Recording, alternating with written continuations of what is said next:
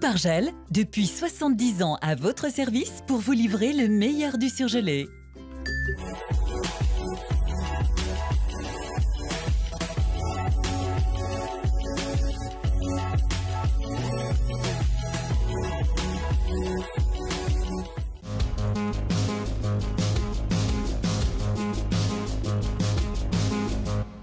Une finale de Ligue Europa à haut risque le 16 mai prochain à Lyon. 14 ans de prison requis contre l'agresseur de Marin. Enfin une nouvelle prime pour l'achat de vélos électriques.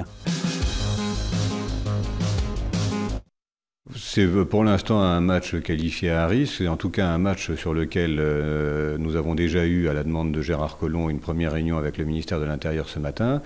L'inquiétude avant la finale de Ligue Europa qui opposera Marseille à Madrid le 16 mai prochain au Parc OL de Dessines. Dans un communiqué, Jean-Michel Aulas regrette, je cite, certains excès verbaux qui pourraient laisser craindre des débordements. Du côté de la préfecture, on se veut rassurant sur les moyens de police engagés par rapport à un match ordinaire. C'est 3 à 4 fois plus de dispositifs que nous aurons. Les Marseillais seront accompagnés et nous aurons la semaine prochaine une réunion avec le préfet de police de Marseille que j'ai déjà contacté pour vérifier que tout se passe bien au départ et nous les accueillerons aussi en ville.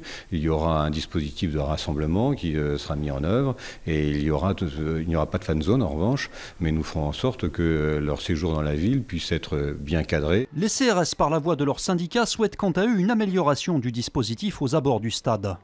On a analysé quelques soucis, on a fait des propositions. On a proposé, si on veut rentrer un peu plus dans le détail, simplement de repositionner les forces que sont les lanceurs d'eau, les sections de moyens spécialisées, puisque ce sont des outils qui sont aujourd'hui indispensables dans la gestion de foule. Voilà, donc ça on les a pris et on a proposé de les repositionner un peu plus en phase avec l'arrivée des supporters. On a demandé bien évidemment que nos forces soient regroupées pour qu'elles soient un peu plus mobiles et un peu plus près de l'action. Chaque club finaliste dispose de 11 500 billets pour une jauge maximum de 56 000 spectateurs au grand stade. Sévère réquisitoire aujourd'hui contre l'agresseur de Marin. L'avocat général a réclamé 14 ans de prison sans retenir l'excuse de minorité. Il se fonde sur la gravité des faits. Il dit on est aux antichambres de la tentative d'homicide et la gravité des faits. Et si on maintient l'excuse de minorité, ça ne permet pas d'aller à une peine exemplaire. Du côté du ministère public ou des parties civiles, on nous dit que la meute de journalistes attend des réponses judiciaires et des réponses fermes. J'ai dit que la justice n'était pas aussi de suivre les journalistes ou les internautes. Le verdict est quant à lui attendu dans la soirée. C'est presque une tradition. Chaque année, à quelques jours des épreuves du brevet, sort le palmarès des collèges. Dans le public, on retrouve cette année à la 3e place le collège Françoise Dolto de Chaponneau avec 98,9% de réussite. La cité scolaire internationale de Gerland arrive, elle, en 2e position avec 99,5%. Et c'est le collège Antoine de Saint-Exupéry dans le 4e qui décroche la pole position avec 100% de réussite. Notez qu'en bas de tableau, on retrouve le collège Pierre Valdo de Vaux-en-Velin avec seulement 65,7% de réussite. C'est pas lourd par rapport au prix du vélo, mais par contre, ça donne un petit coup de pouce sympathique.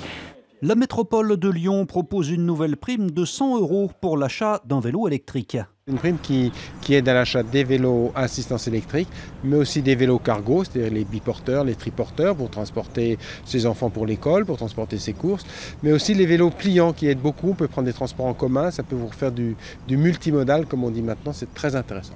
Et l'autre élément encore très important, c'est qu'on peut aussi acheter du vélo d'occasion. Ça, c'est une vraie nouveauté chez un professionnel ou dans un atelier d'autoréparation. Une prime que les vendeurs de vélos électriques voient d'un bon œil. Ils regrettaient en effet la disparition du précédent dispositif d'incitation.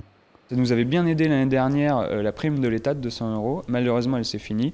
Ça nous a fait un trou en ce début d'année.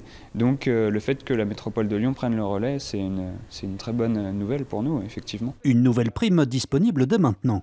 Dès lundi, sur le site de la métropole, il y aura le formulaire.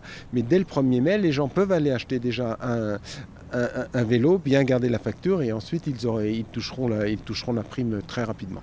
À travers ce nouveau dispositif, la métropole souhaite développer la part du vélo dans les transports. L'objectif est de la multiplier par 4 d'ici 2030, en réalisant également de nouveaux aménagements de voirie. C'est le match à ne pas perdre ce week-end pour le Loup. 80 minutes pour faire basculer la saison du club du très bon côté. Les rugbymen lyonnais reçoivent Montpellier en dernière journée de top 14. Une victoire ou un nul et c'est la qualification directe pour les phases finales.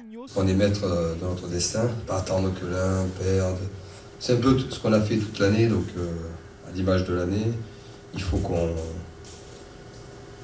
se donne les moyens de se qualifier et tout simplement de compter que sur soi-même.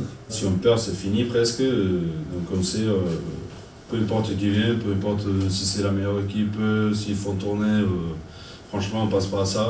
Nous on va jouer notre carte à fond et puis en espérant que ça passe. Une rencontre qui sera aussi la dernière au Matmut Stadium pour Frédéric Michalak, le demi d'ouverture de 35 ans qui mettra un terme à sa carrière à la fin de cette saison. Il faut que les gens restent après le match parce que c'est un immense joueur, mais il est hors de question qu'on le récompense sans une victoire. Loup Montpellier, c'est donc demain au Matmut Stadium de Gerland, coup d'envoi 21h.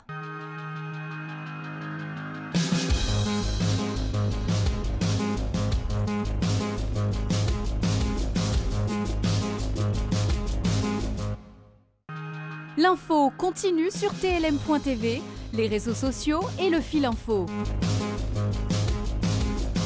La météo avec la